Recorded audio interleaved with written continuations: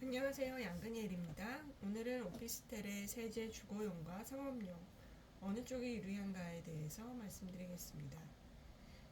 2023년 7월 27일 세법 개정안에 오피스텔에 대한 개정안 내용들이 들어있었는데요. 오피스텔은 분양사에서 장점만을 부각시켜 광고하는 경우가 많지요. 다 틀린 말은 아니지만 꼭 체크해야 할 사항이 많아요. 오피스텔은 취득세도 중과세 되지 않고 양도세에서도 주택수에서 빠지는 건가요? 하지만 실제로 사업자 등록을 하지 않는 임차인이 사용하거나 전입신고를 한다면 어떻게 될까요? 전입신고를 하지 않겠다는 금지특약이 가능할까요? 자, 여기서 체크포인트.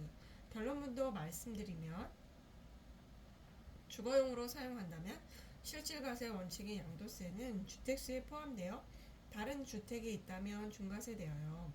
전입신고를 하지 않는다는 특약은 임차인에게 불리한 특약이므로 판례에서도 인정하지 않는 무효 조항이에요.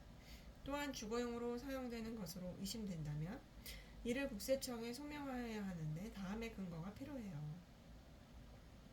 업무용 사업자 계약서만으로는 안 되고 세 가지 근거 자료 중 하나라도 있어야 해요.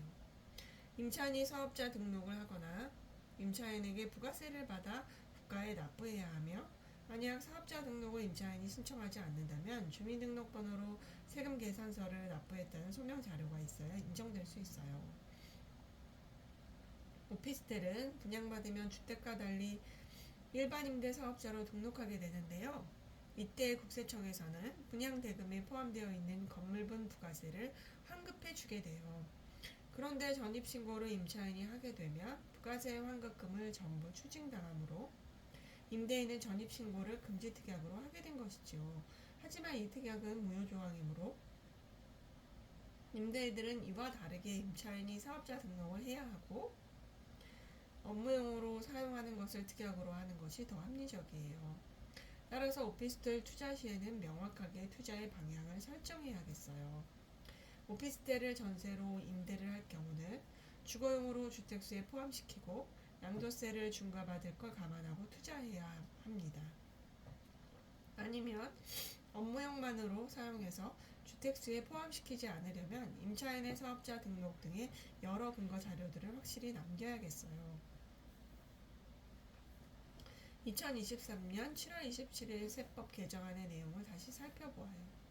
그전에는 사실상 허가 용도나 공부상의 용도 구분과는 관계없이 주거용으로 사용하는 건물을 통틀어 주택으로 보았어요.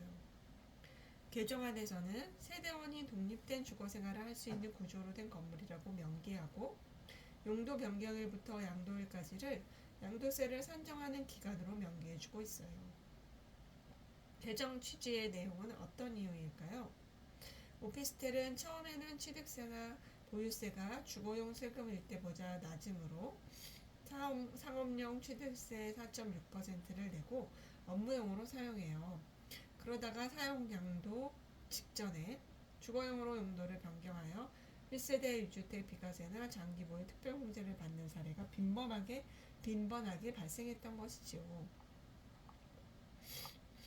오피스텔의 취득, 보유, 양도의 각 단계의 세금을 알아봐요. 먼저 취득세의 경우는 별 다른 이슈 없이 사업용 부동산 취득세율인 4.6%가 나오고 공부상 업무용으로는 보유세에서 재산세도 업무용 재산세가 부과돼요. 주택 종부세가 아닌 업무용 기준으로 특별한 경우가 아니면 나오지 않지만 간혹 주택분 재산세가 나오는 경우도 있어요. 만약 임대주택으로 지자체에 등록한 경우라면 주택분 재산세가 부과되어요.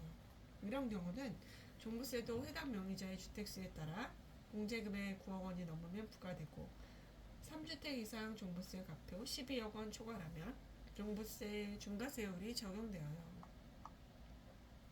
오피스텔 투자가 노후에 무조건 안정적인 수익일까요?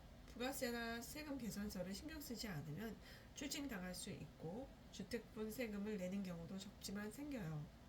과거의 관행과 달리 요즘은 모든 것이 전산화되어 있어요. 따라서 합리적인 절세가 가능한 방법을 본인이 잘 따져서 투자해야 해요. 따라서 매도할 계획이 있다면 매도 전에 세금 전문가와 꼭 상담을 하셔서 큰 손실을 사전에 예방해야 합니다. 감사합니다.